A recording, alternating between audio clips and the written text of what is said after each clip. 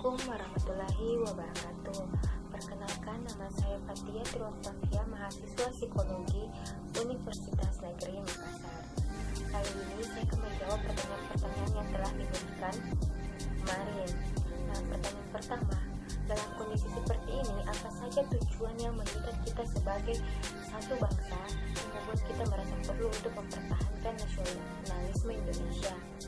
Seperti yang tertuang pada UUD 1945 yang mengatakan bahwa tujuan NKRI adalah melindungi segenap bangsa Indonesia dan seluruh tumpah darah Indonesia, memajukan kesejahteraan umum, mencerdaskan kehidupan bangsa, dan ikut melaksanakan ketertiban dunia.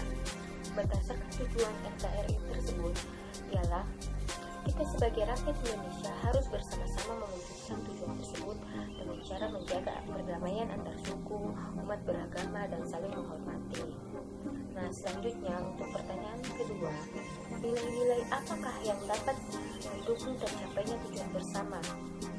Menurut saya itu nilai-nilai yang dapat mendukung tercapainya tujuan bersama ialah nilai-nilai patriotisme dan cinta tanah air, seperti kesetiaan, keberanian, berkorban, baik berupa pengorbanan harta, benda maupun jiwa raga, kesukarelaan.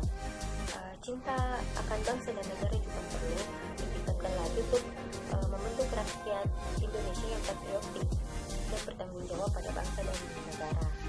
Yang ketiga, bagaimana formula nasionalisme yang relevan dalam konteks transnasionalisme dan kewarganegaraan global?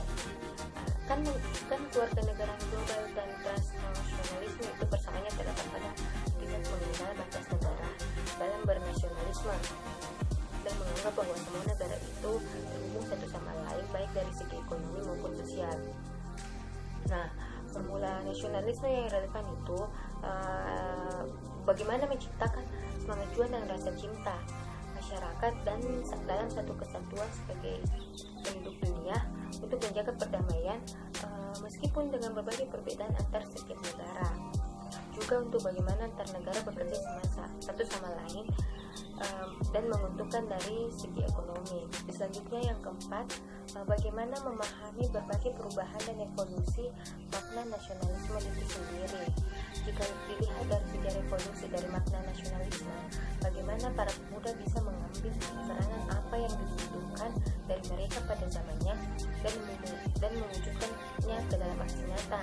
Maka pada saat ini kita sebagai pemuda penerus bangsa harus belajar dengan sungguh-sungguh, peduli terhadap lingkungan dan peka terhadap isu sosial. Jika kita bersatu, melakukan perubahan dan bertindak positif untuk negeri ini, maka rasa nasionalisme pada diri kita itu akan tetap ada. Rasa nasionalisme itu akan tumbuh dan berlanjut dari generasi ke generasi. Nasionalisme dari waktu ke waktu telah berkembang seiring dengan perkembangan pemikiran, zaman, dan teknologi. Meskipun tetap sebagai suatu hal yang positif, hal ini harus tetap dijaga agar tidak melenceng dari makna apa nasionalisme itu sebenarnya. Jangan sampai makna-makna yang menjadi jiwa dari semangat nasionalisme itu menjadi luntur, bahkan berubah nilainya. Yang kelima, apakah kebijakan mengadopsi kewarganegaraan ganda atau beberapa kewarganegaraan bisa diterapkan di Indonesia tanpa mengurangi nasionalisme itu sendiri? Menurut saya, apabila seorang warga negara Indonesia memiliki dua kewarganegaraan atau lebih, maka besar kemungkinan untuk rasa nasionalisme yang dimiliki akan berkurang. Karena misalkan saja orang yang memiliki dua kewarganegaraan dikhawatirkan bisa menjadi sarana penyebaran paham radikal, separatisme, dan terorisme karena adanya pengaruh budaya luar yang memiliki paham yang berbeda dengan Indonesia.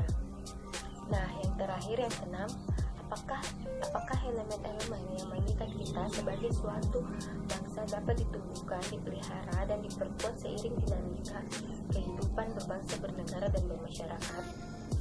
Menurut saya, elemen yang mengikat kita sebagai suatu bangsa dapat ditumbuhkan.